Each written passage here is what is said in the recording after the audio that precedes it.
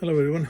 Well, today's task is going to be test fitting the new wheel carrier. I've changed the wheels on the van now. We've got some alloys and some new tyres, which I'll show you further down the line. We've gone for the Williams or Will-I-Am, whichever, I don't know how you pronounce it, carrier, because I really couldn't justify the price of some of the others out there. I mean, the wheels and tyres were expensive enough as it was, so to stick another £1,000 or more for a wheeler carrier for the back, I just couldn't justify that price at this stage, to be honest.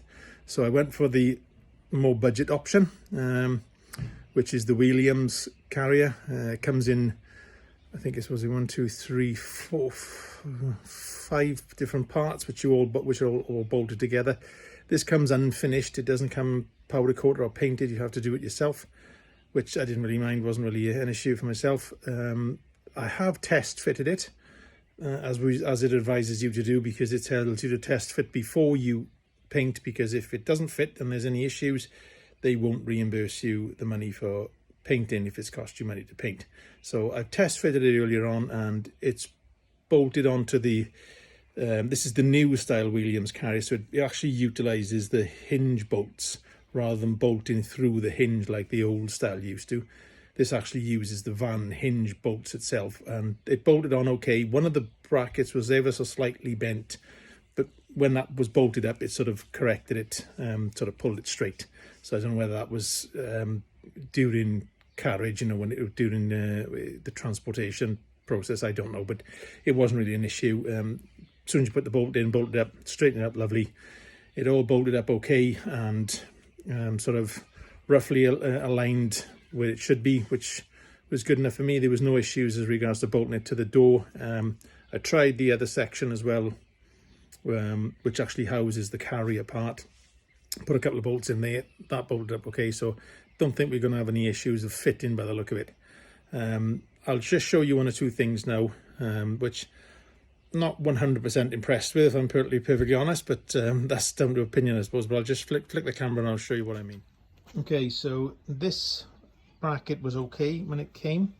That was fine. That just sort of hooks in and bolts in place. It was this top one here that was actually bent. It's ever so slightly crooked there now, but it does actually bolt in tidy, but it was probably a lot more off to that angle. Like I say, I don't know whether that was in transit or not. I'm not sure. This is the actual main body of the carrier itself. As you can see, I bolted it all together to make sure it all lines up and it all fits okay, which it seems to be fine. There's the other section. So we've got this section here, which then bolts on there, which is where you mount your wheel. And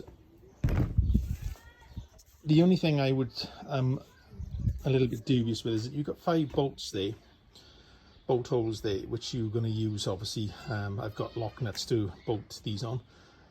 There's no location pin or anything for the wheel to go on. I mean, you imagine you're lifting a full-size wheel and tyre on to try and hold that in place yourself, and then get a bolt in, or 1 or 2 bolts in to start. Not going to be the easiest option. My idea at the moment, I think, is I'm going to put a bolt through the back here, because I've tested this and all these 5 holes line up with the PCD of my wheel. So I'm going to put one at the top here, and that's going to be my locating bolt, if you like. So I'm going to need to get a longer bolt for that, I think, and a nut that I can put on there, and I'm going to put that through from the back. So effectively you will have, so let me just use that to give an idea, that effect, which you can lift your wheel onto, use that as a locating pin, if you like, which supports the wheel then for you to be able to pop these other bolts in, and obviously then you can put a nut on that one as well, and you're good to go. I think that's going to be an easier option than trying to balance that and line up the wheels, especially if you're on your own. I mean, if you've got somebody with you, then that's great, but if you're on your own, not going to be the easiest option, I don't think. These edges, I think, could have been rounded over a little bit, if I'm honest, because that's going to be very easy to chip the paint, etc. I may just bevel that off ever so slightly. I don't know yet, I haven't really decided. I think I'm possibly going to do it. Welds look pretty good, reasonably neat and tidy. When they paint it up, they'll be fine. Not very happy with the fixings that are being supplied. Sorry about the horn being beeped there. Don't know what's going on. Something across the road. Apologise for that. These fixings are just galvanized. Okay, so we'll try again now that the horny person has gone. Like I was saying, I'm not 100% happy with the fixings that have been supplied, because these are galvanized nuts and bolts, nylock nuts, which is fine, but they're all galvanized, which is not the best outdoors, especially considering this is going to be mounted on the back of the vehicle, and in the UK here it's going to be subject to road salt, etc. in the winter, you know. So I think they could have done that a little bit extra and put stainless steel personally. So I'm going to replace these with stainless steel, because I don't particularly want to have to change these in a few months' time, because they begin to rust, because the rusting properties of galvanized when it's constantly exposed outdoors is not exactly the best. They're not really designed for that. So I'm going to change those out. The only other thing realistically as well is that clearly this has been ground back, obviously to expose the bare metal, stick and weld, etc. Left some really good scratches and marks on there, which when you consider this is going to be in view, that's going to show through on your paint. I mean, I intend to Raptor paint this. Not going to use have a coarse stippled effect, just a very light stippling. Going to use probably going to use a roller for it, to be honest, because I don't really want to have the mess of the spray gun everywhere. So I'm going to have to rub that down. More than likely going to go for varying grits of wet and dry and get that a bit smooth and get some of those marks out so that they're not going to be visible through the paint. Other than that, seems to be a pretty good unit. It's going to be very strong when it's bolted in place. Like I say, it's more than strong enough to cope with that wheel on the back, and should be up to the job I need it to be, really, which will obviously then free us the space underneath should we want that further down the line. So I'm going to get on with prepping this now. Then obviously the first stage we're going to need to do is prime this up. I'm going to use an etch primer so that we get a good bond on the metal, but the first stage is going to be get rid of these scratches and marks and any corners I'm not happy with. So I'm just going to prep it up now, and I'll show you the next stage then. Well, I've cleaned everything up that I wanted to, left the edges as they are. Really, it's not going to be a problem, I don't think, because when the wheel's in place it's pretty much hopefully going to stay there. I've taken out some of these rough marks in this area, like I said, sort of gone back with some wet and dry paper just to take some deep scratches out, which is going to make finishing them a little bit easier. Everything needs to be cleaned and degreased now. I'm going to use panel wipe for that and wipe everything down. I've rigged up some sort of temporary hook mechanism so I can hang these up when I've sprayed them with etch prime, get them up out the way, which should enable me to spray everywhere with one coat to start off with. We'll see how that goes. Hopefully it'll be okay. Hook them on there then, and they should be left to dry. So we'll get on with degreasing and get the etch prime on them. So we've got everything primed up now. Got a couple of coats of etch prime on all of these parts. There's actually 4 parts, not 5 like I thought it was, which is a bit silly. But yeah, there's only 4 parts and everything has had 2 decent coats of etch prime. So I'm going to leave that overnight now. Hanging there, it's quite sturdy. Put a couple of clamps on to make sure it doesn't fall over, and we're going to leave that sit there and let that dry overnight, and I'll hopefully get on tomorrow with a bit of luck and get the Raptor coat on, which is probably going to take 2, maybe 3 coats to get a good even finish. We'll see how that goes, but I'll come back in the morning now and see what this is like. Hopefully it'll be nice and dry and nice even coats, and we'll be good to go with the next finish, which is the Raptor. Well, it's the following morning now, and I've managed to get everything was dried lovely overnight, so I've got some Raptor coat on everything now. That's 2 coats on everything with a flash time in between, so that needs to be left now for a couple of days to harden before I can assemble this. So that'll be probably, I think it's 48 hours they say before it's reasonably hardened, and then it's like 5 to 7 days before it's really fully cured. But I think it should be okay to do probably 2 or 3 days time. I'll have a little look at it and see how it's getting on, but that's all painted up now. Bit of a faff with the roller system, I've got to be honest. It was a real pain in the backside getting everything coated and you know, not sort of getting finger marks everywhere, etc. But a lot less mess than actually setting some sort of spray booth up and trying to spray it. But it's okay, it looks okay, and it's going to give a good, hard, durable finish, which is what's needed really on the back there, out exposed to the weather all the time. So we'll come back now when when I've started assembling.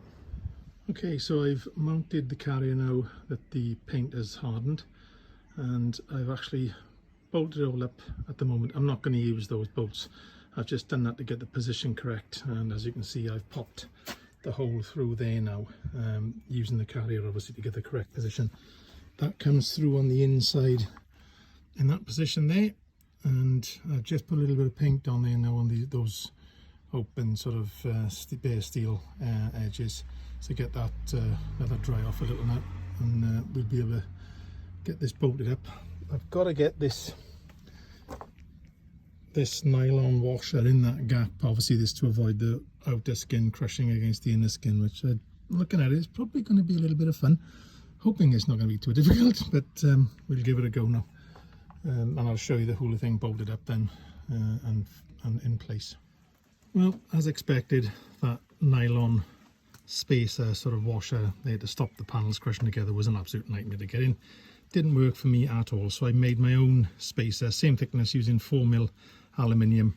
Made a bit of a longer plate so it's easier to hold to get it through, and then managed to get it in place there. As you can see, I've put another nut on the back. It's not a full nut, but just I've used an eye-lock nut as well, but I just thought I'd put another one on there just to make sure that's all tightened up and doesn't back itself off.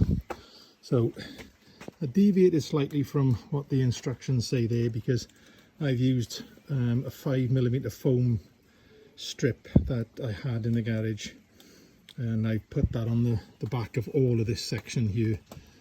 That then obviously has crushed and created a lovely seal there, and will also stop this bracket from rubbing against the bare paintwork and cause any damage should it actually work loose at any point.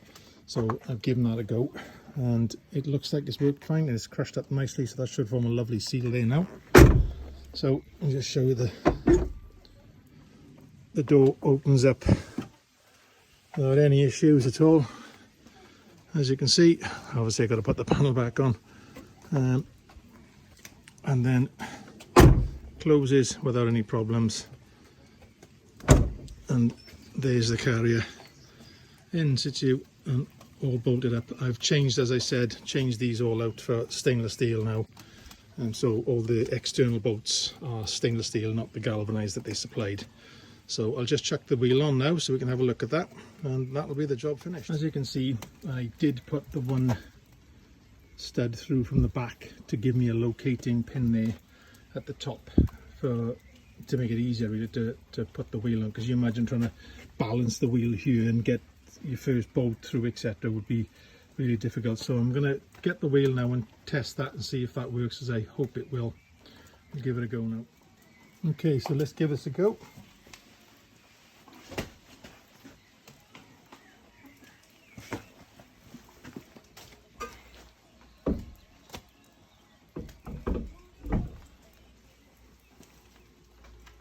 Wow, that actually supports it. Okay, let's get the bolt in there.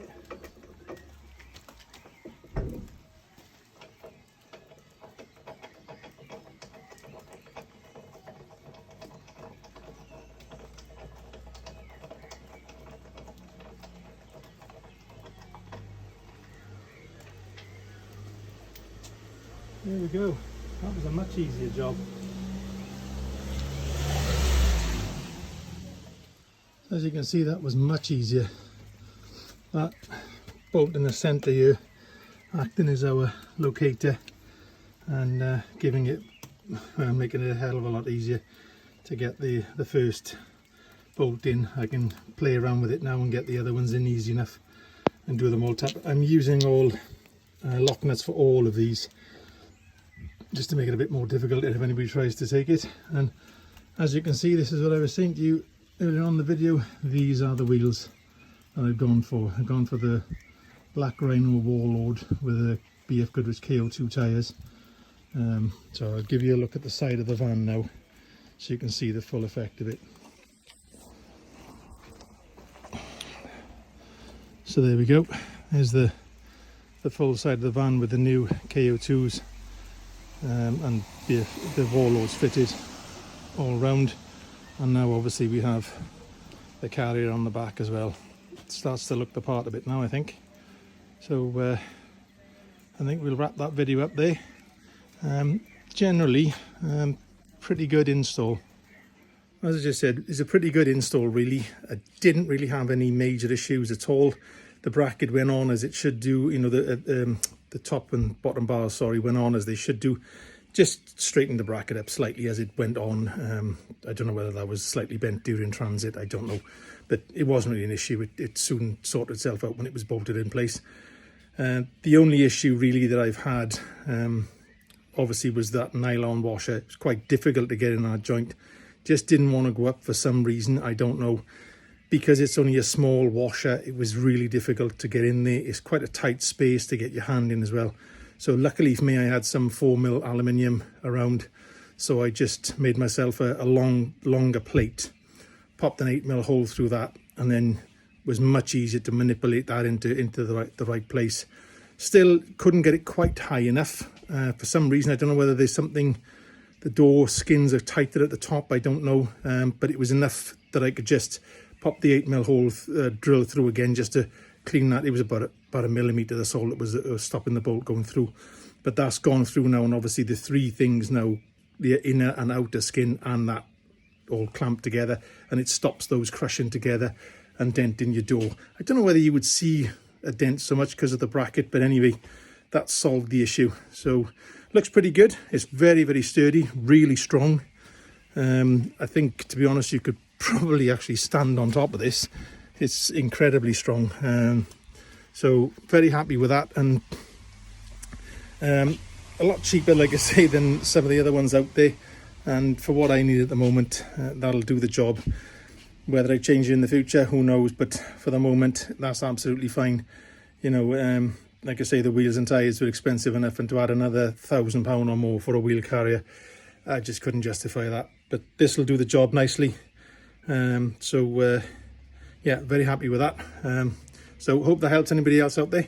If you like the video, give us a thumbs up and a subscribe, support the channel a bit. I'll see you on the next one. Thanks, bye now.